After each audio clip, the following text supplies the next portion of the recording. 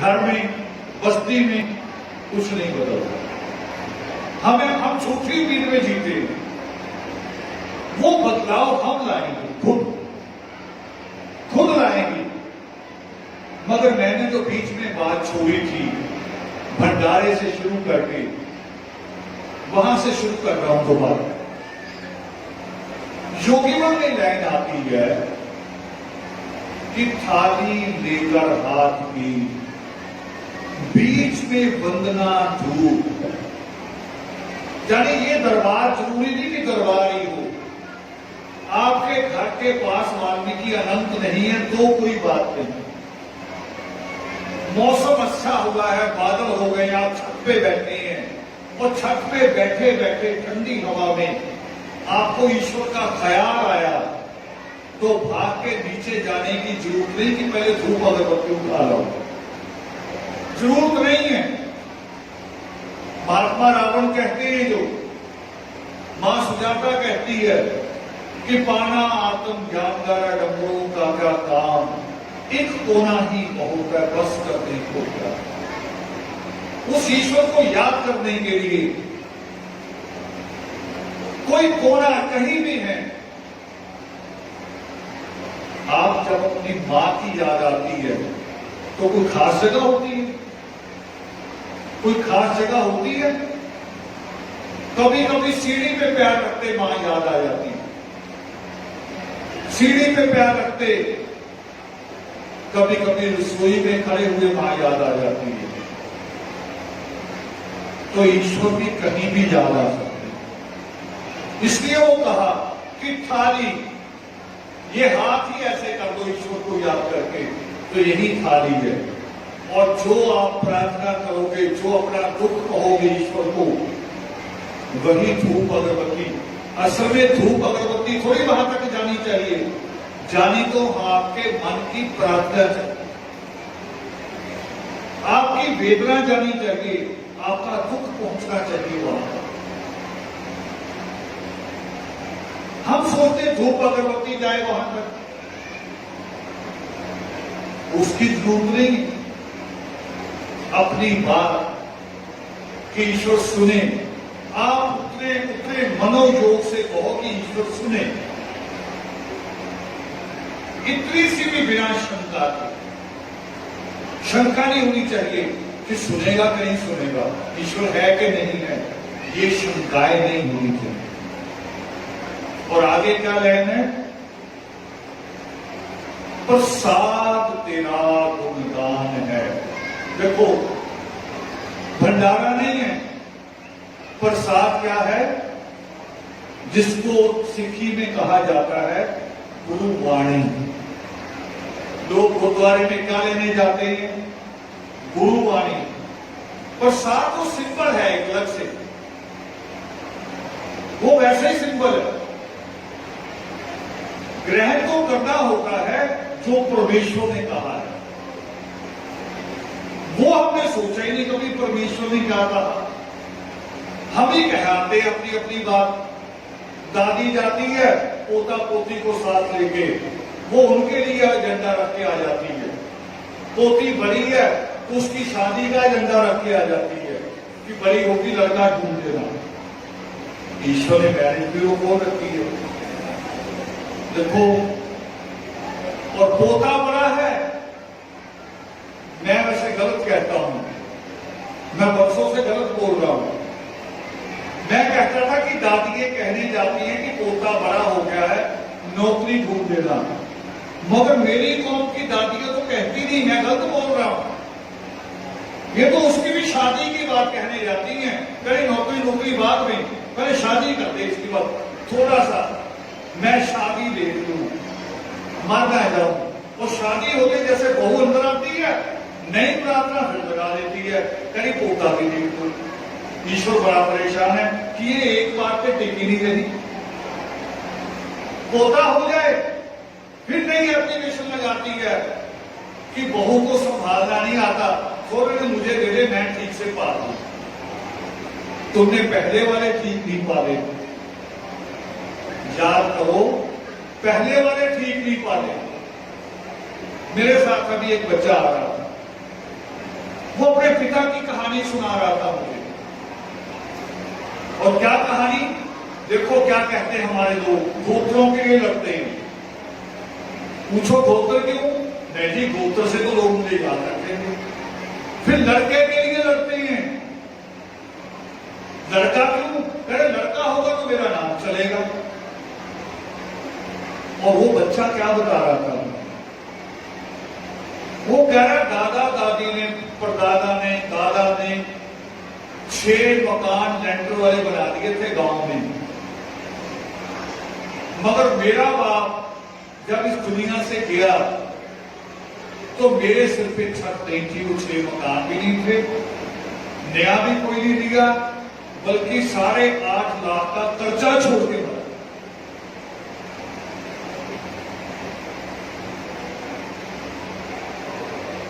हम सोचा ही नहीं, हमने, ईश्वर ने हमें कहा था।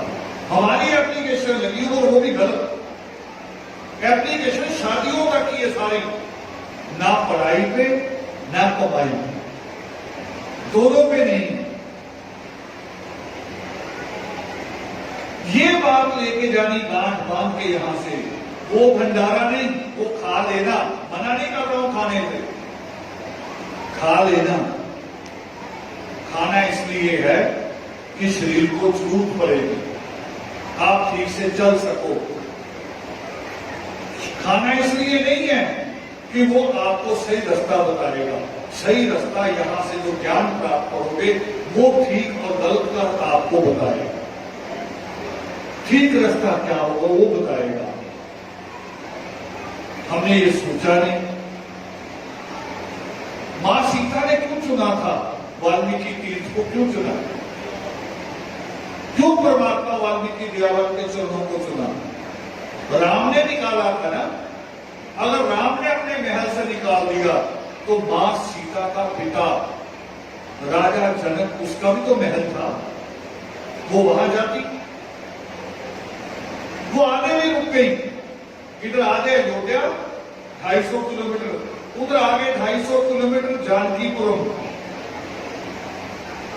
वो बीच में रुक गई, जनकपुरी नहीं गई, बीच में रुक गई, कहीं वाल्मीकि आश्रम आ गया, मुझे ले लो।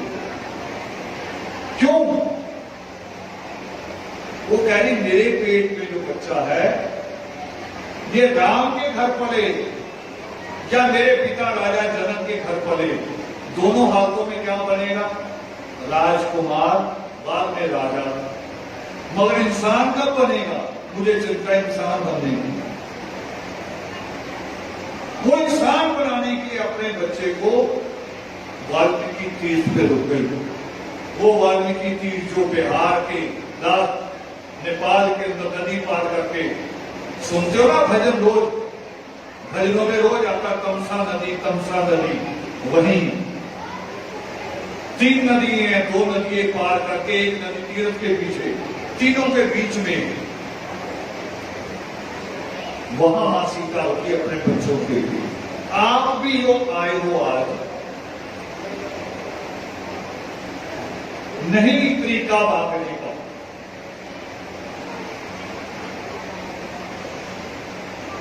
सीखेंगे,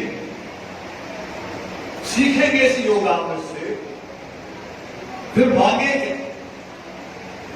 यहां आए हो इसी उम्मीद से। अब आपकी उम्मीद लंगर नहीं रहा। जब वहां से चल के यहां आते हो ना, नाम रगड़ते हो, सिर झुकाते हो, सिर झुकाते झुकाते कितनी सारी बातें कह देते हो ईश्वर, कितनी सारी बातें मन ही मन में कह देते हो, सारे दुख वही रख लेते हो, और वहीं से रास्ता भी लेके जाना है, वहीं से रास्ता भी लेना है। देखना है कि मां सीता ने चुना था इन्हीं चरणों को, तो रास्ता क्या था, तरीका क्या था? वो रास्ता था सृष्टिकर्ता वाल्मीकि दयावान के हाथ की कलम, शिक्षा। शिक्षा हो रही है महंगी, अब महंगी हो रही है। सरकारें बड़ी बेईमान है, राजनीतिक दल सारे बड़े बेईमान है। देश में बाबा साहब अम्बेडकर का संविधान है, मगर इनके दिमाग में मनुस्मृति हुई है सबके, चाहे कांग्रेस है, चाहे बीजेपी है, चाहे कोई और है, जितनी भी पार्टी हैं, सबके मन में, इनके दिलों में मनु बैठा है।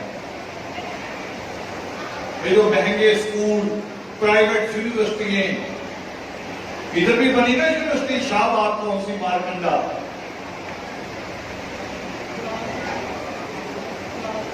कई यूनिवर्सिटी बनी है, किस लिए? ताकि आपका बच्चा पहुंच ना कर सके। प्राइवेट यूनिवर्सिटी होगी तो लाखों रुपया मांगेगी, सरकारी होगी जिसको बंद करवाना चाह रहे 2 साल से, यूनिवर्सिटी बंद करने में सरकार लगी हुई है, भगवे कपड़े वाले उसको बंद करना चाहते हैं। क्यों? क्योंकि वहां 220 रुपए फीस है। 220 रुपए यूनिवर्सिटी, जो इंडिया की सबसे बड़ी यूनिवर्सिटी है, जहां हर बच्चे की इच्छा की मैं वहां पढ़ूं, उसकी फीस 220 रुपए। तो पार्टियों को लग रहा कि ये यूनिवर्सिटी खतरनाक है, यहां तो मजदूर का बच्चा भी आ जाएगा, सफाई वाले का भी आ जाएगा, खतरनाक है ये, इसको बंद करो, महंगी शुरू करो जहां मजदूर का बच्चा ना आ सके, मजदूर का बच्चा मजदूर ही बने, यही तो मनुस्मृति कहती है। ये है उनके मनों में। अब इससे लड़ना कैसे? इससे लड़ना है, एक तो ऐसे प्रोग्राम जब हों, पूरा सोच के आना, बच्चों को लाओ, बच्चों को मनाही नहीं है, मगर बच्चों को भी वैसे ही बिठाओ। कभी गुरुद्वारे में देखा कि गुरुद्वारे के हॉल में बच्चे खेलते मिल जाए? बच्चे वहां भी जाते हैं, दादियां साथ लेके जाती हैं, रास्ते में मर्यादा सिखा के जाती हैं। यही आपका बच्चा जब सिनेमा देखने जातो तब नहीं खेलता, आपको पता बाहर निकाल देंगे। क्लास में जाके शरारत नहीं करता, वहां भी सिखाया होता कि टीचर मारेगा। यहां भी मर्यादा में लाओ। तरीका क्या है? तरीका ये है कि कमाई तो उतनी ही रहेगी, मगर उसका खर्च बचाना होगा, खर्चे रोक दें। और खर्चे 3 हिस्से हैं खर्चों के, आपकी भाषा में कह रहा हूं।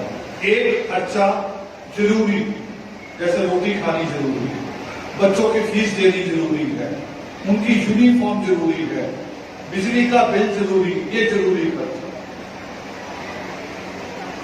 एक फजूल खर्चे, बच्चा कहता है, अब वो स्कूल का शूज मांगे तो ठीक है, मगर वो कहे कि मुझे ब्रांडेड बूट चाहिए 2000 रुपए वाला, फिर वो क्या है? फिर वो क्या है? खर्चा के फजूल खर्चा, फजूल खर्चा। और इससे आगे भी है हमारा, चलो ब्रांडेड बूट भी बच्चा किसी ना किसी दिन पहनेगा, हम तो वो खर्चे भी करते हैं जो फजूल से भी आगे निकल गए। उसके लिए मेरे पास कोई लफ्ज ही नहीं है, नजायज कह सकते, नजायज। अब कई घर हमारे ऐसे हो गए हैं, देहात वालों के नहीं हैं, जो शहर में बसे हुए, उनके घर कह रहा हूं, सारे बच्चों के टूथपेस्ट अपने अपने, ब्रश तो अपने अपने हो सकते हैं, होने चाहिए, टूथपेस्ट अलग है, पाउडर अलग है, साबुन सबके अलग अलग है। बड़ी अंग्रेज की औलाद बन गई। देखो कितना घटिया काम। और जिस दिन जाएंगे पेपर देने, कहेंगे पेन तो है नहीं, साबुन याद है, पाउडर याद है, शैम्पू अलग अलग रखे हुए हैं। ये आदतें बदलो, ये खर्चे रोको। फालतू घूमते हो रिश्तेदारों के यहां। मैं तो भी हैरान हूं, हमारे एक अधिकारी हैं, उनकी बुआ की डेथ हो गई, बुआ बुजुर्ग होगी, जब अधिकारी या बड़ी उम्र का तो बुआ तो और बुजुर्ग होगी, मगर वो 10 दिन बैठे बुआ के घर पर, 10 दिन, शायद 10 भी कम कह रहा हूं, मेरा आइडिया 10 का है, मगर 10 से कम नहीं है। तो क्या हुआ होगा? 10 छुट्टियों पर तो अपनी गवाही, अधिकारी को तो छुट्टियां गिन के मिलेंगी ना, वो गवाही। फिर अधिकारी जिनके घर में बैठेगा, बुआ के घर, तो बुआ के बच्चे क्या सोचेंगे उसके बारे में? रोज अधिकारी है, शाम को खाना बढ़िया देना, रात को सोते वक्त क्यों चिंता में रहते हैं, नाश्ते में क्या देना? अधिकारी है, नाश्ता अच्छा होना चाहिए। और हमारे यहाँ तो अधिकारी ना भी हो, हम तो रिश्तेदारों के घर जाके नवाब हो जाते हैं। अपने घर दाल खाएं, रिश्तेदारों के घर जाकर आमलेट खाएंगे, हम नवाब हैं। ये खर्चे हैं आपके, जो अभी भी काम आ सकते हैं बच्चों को, इनको रोकना जरूरी है। नहीं रोकोगे तो सजा कौन पाएगा? आपकी औलाद सजा पाएगी। अब थोड़ा दिल पे, क्या कहते हो, कलेजा, है ना, कलेजे पे हाथ रख के सोचो कि आपकी औलाद दुख पाए, क्या आपका दिल कहता ऐसा हो? अगर ये कहता नहीं मानता दिल कि नहीं होना चाहिए, तो फिर सारे फजूल खर्चे रोको, सारे फजूल खर्चे रोको। बिना वजह की दावतें, 4 दावतें तो बिना वजह भी करते हम। 4 छुट्टी के दिन तो आते ना महीने में, छुट्टी का देना करे, आज तो बढ़िया चीज बननी चाहिए, चाहे जेब में है या नहीं है। कभी ये सोचा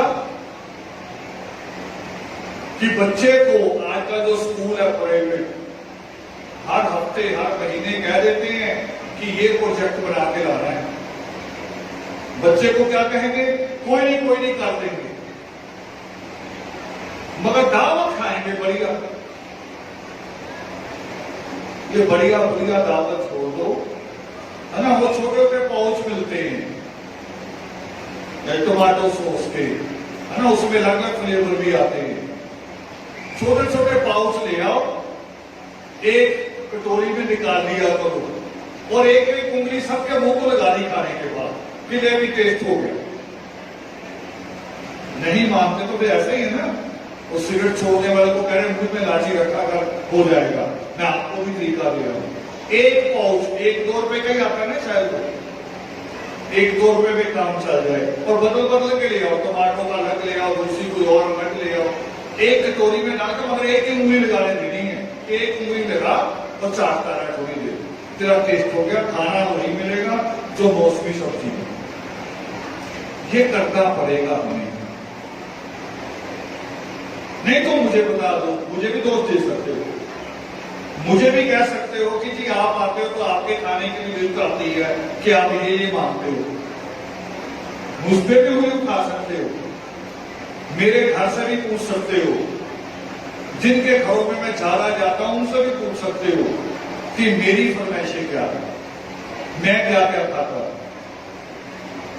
और उसके बावजूद भी आपके बीच में काम कर रहा हूं, उतरी खाने से, बल्कि अच्छा हूं। अगर आपकी दावतें खाता तो ये सीढ़ियां मुझे पकड़ के चढ़ाना पड़ता, बड़ा पेट हो जाता, 2 आदमी पकड़ के चढ़ाते, है ना, थोड़ा सा प्रभाव पड़ता दूर से कि बाबा बहुत भला हुआ है, शायद कृपा भी बाबे की बड़ी हो, बड़ी कृपा नहीं होती उस बाबे की, बड़ी तो बदबू होती है। दाल रोटी खा के कोई मरा नहीं है, आलू प्याज के साथ रोटी खा के कोई मरा नहीं है, कोई डॉक्टर के पास भी नहीं जाता कि जी दाल रोटी खाई थी इसलिए दर्द हुआ, जिस दिन बढ़िया खाना खाया होता उस दिन दर्द होता है, जो बढ़िया आप सोचते हो। तो ये सबसे जरूरी योगिमा की लाइनें दोबारा दोहरा रहा, थाली लेकर हाथ की बीच में वंदना धूप, प्रसाद तेरा गुणगान है और संगत तुमरा रूप। प्रसाद क्या? वो जो यहां चंदास साहब बैठ के भजन गा रहे थे, उन्हीं की वाणी, उन्हीं की वाणी को गा रहे थे, ये जितने भी उन्हीं की वाणी। ये प्रसाद, इसको ग्रहण करो। और वो जो मेरा धर्म था, आपका भी रहता है कि कौन कौन बुरा है जिसका चेहरा मेरे सामने नहीं आना चाहिए सुबह सुबह। तो अभी क्या कहा कि संगत तुमरा रूप। तो जब उसका रूप है तो फिर बुरा कौन बचा? उसका रूप बुरा हो सकता है? नहीं हो